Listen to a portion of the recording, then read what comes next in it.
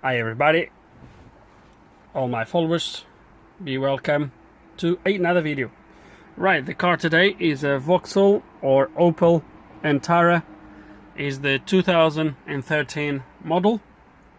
Diesel engine, not sure which engine it is, not really important. Anyway, the issue with this car is as follows. Let me turn the ignition on. Right, so my problem is that only shows lines, as you can see. Turning it on and off, there's no difference. So as you can see, is the, I believe this is the, it says nav in there, so I believe it's going to be the navigation system.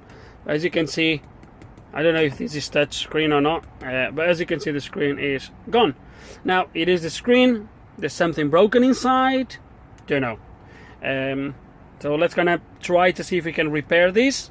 Otherwise we'll have to be, I guess, a new radio, but let's gonna try to see if we find out what the problem is and go from there. I have the scanner. I'm interested in see if the radio is on the network and we can actually communicate with it, see if there's any faults, something that can point us into some direction, but otherwise it will be radio removal and disassembling and try to find out what's wrong.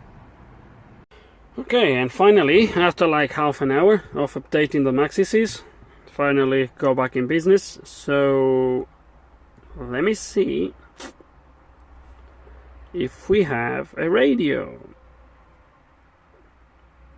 Okay, that is the info display at the top, that one in there, so that should be the radio. So we do have indeed, oh, it's no codes.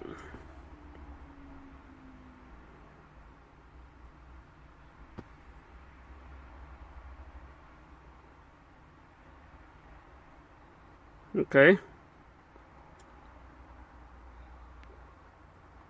that's the live data is. Let me see. Ah, there is diagnostic trouble code. Interesting, it's on live data. Right, no DTCs, display over temperature, no DTCs. Okay, so it tells me that there is no DTCs at all.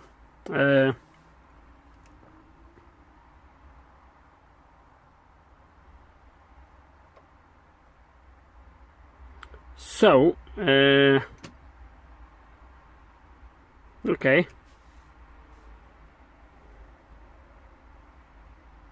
Okay.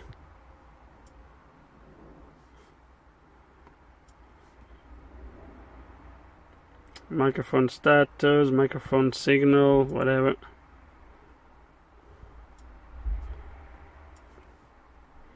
Audio tone. Let me see if that works.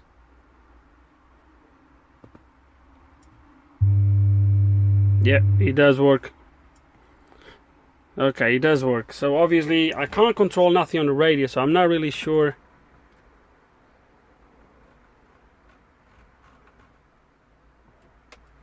I can't get nothing to play.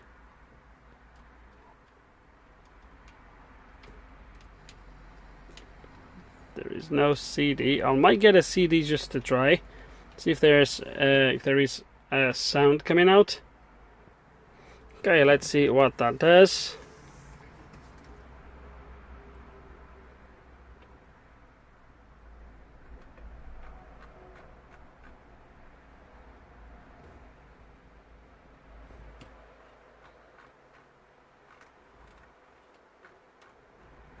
It looks like at the best there's nothing.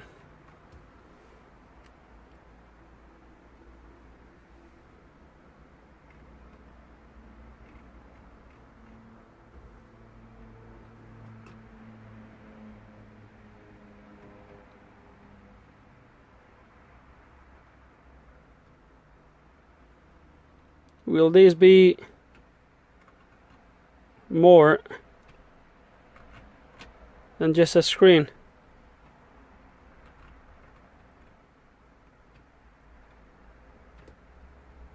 Interesting.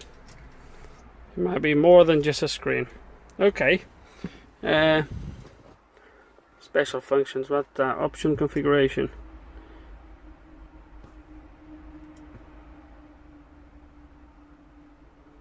Okay, so that's to change Yeah, okay, that's fine. I was gonna cancel this. I don't want to change anything. Okay, so I think with no further ado, guys, let's gonna pull this radio out and have a look inside.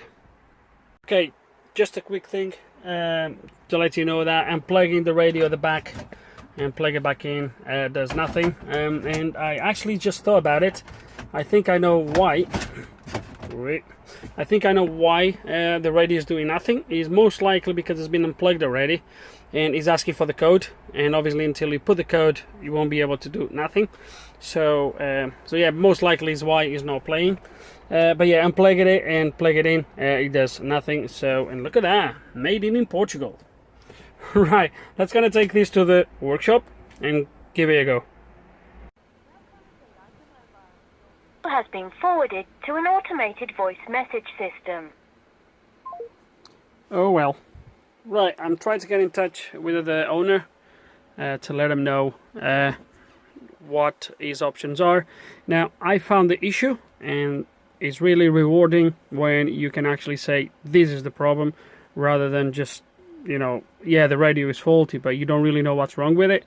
So I found the issue out, which I'll show you in a minute. So initially I've checked all these connectors here at the back. I put everything under the microscope. Everything is spot on this side. So this is the panel behind the screen. Okay, so I've checked these connections here in this connector, which goes into here.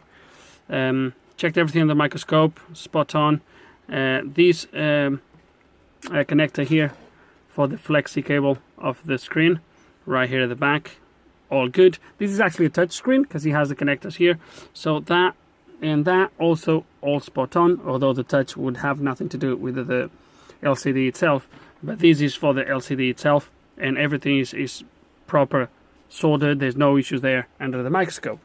So then I decided that I would have to go a little bit further. At this point, to be fair with you, I was thinking about reflow this chip. This chip is right behind the screen, so I guess in a sunny day maybe it's going to be a lot of heat here at the front, so I was thinking about maybe reflow this chip, although it's not a big chip, so I don't think that would give much of an issue.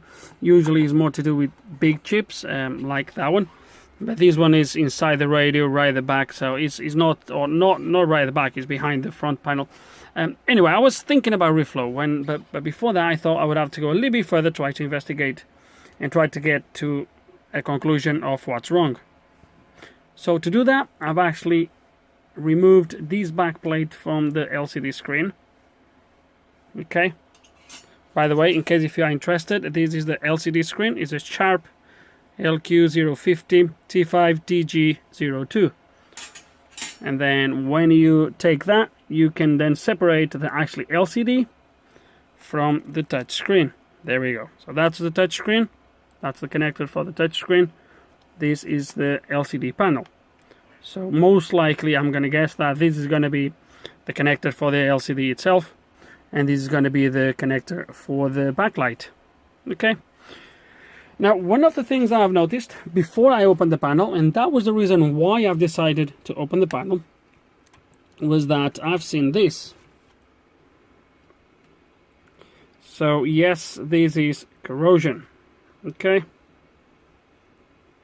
It's only on that side, but there is, and then inside, as you can see, let me see if I can actually focus this. There we go. So you can see corrosion in there. Whoops. He's ringing back. Let me speak with him.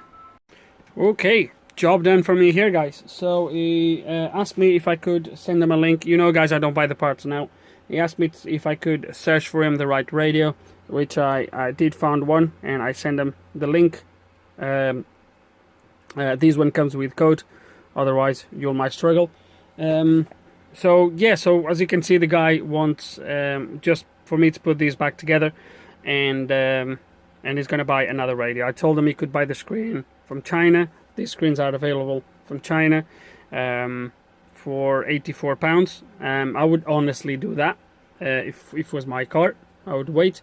The guy doesn't want to wait, just wants another radio, so that's what he's going to do. That's up to him. But I'm going to still publish this video because I think it will be interesting to show you how this radio failed. So as I was saying, it looks like it was rust in there, so somehow moisture got into that corner. And once you take the LCD out, okay, this is the LCD just alone, this goes like that. So the first area I've checked was this area where all these resistors and capacitors are, and everything looks fairly clean. I can see nothing wrong. It looks actually all good. And then as I turn this around, I found the issue, and let me show you where the problem is.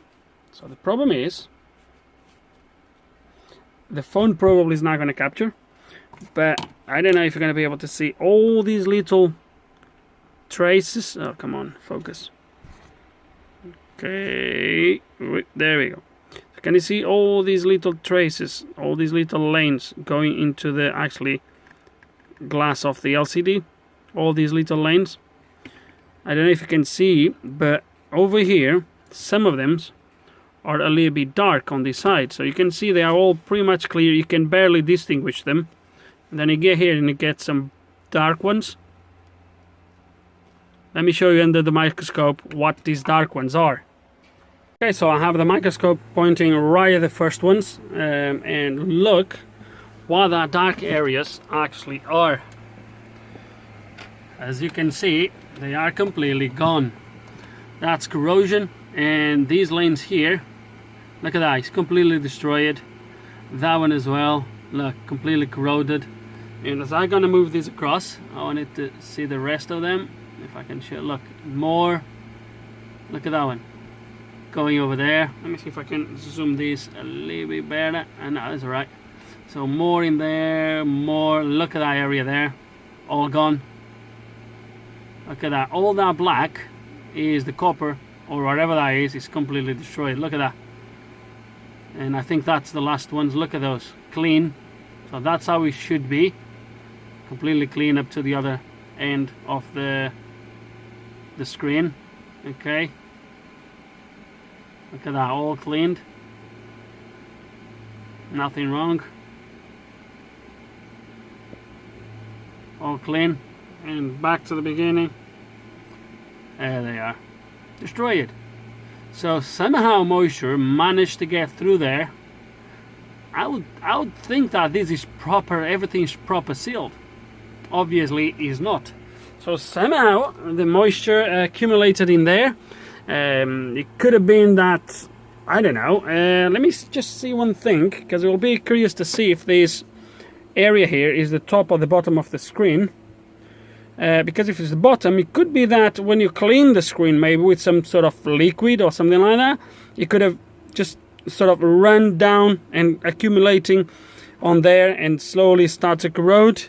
But yeah, that's the problem. Let me actually quick check if that's the top or the bottom of the... Actually, I can check that here. So this goes like this. So that's actually the top of the screen. So no, so that's actually the top of the screen. So the screen goes like this on a car with this ribbon cable facing up. But yeah, I think yes. So let me have a look. Goes like that. Yeah, top of the screen. No, it's bottom of the screen. So I might be right. Hold on, just let me confirm. Yep, 100% is the bottom of the screen. So I don't know, guys. It could have been that someone cleaned it and somehow water or whatever ran through, and I don't know, guys. But it's definitely the problem is over there. So, and actually looking a little bit further, when I start to put it all back together, look at that. Look at that in there. There is definitely signs of something. That looks like some sort of a paste. Not really sure what it is. It looks to me like it's products that have been used to clean the screen or clean the car, or some of those sprays people sometimes use to give shine to the dashboard, something along those lines maybe. Yeah, that's what it is. Yes, it's not a fix, but at least who knows, it might help someone if you run into this issue and you get to this conclusion.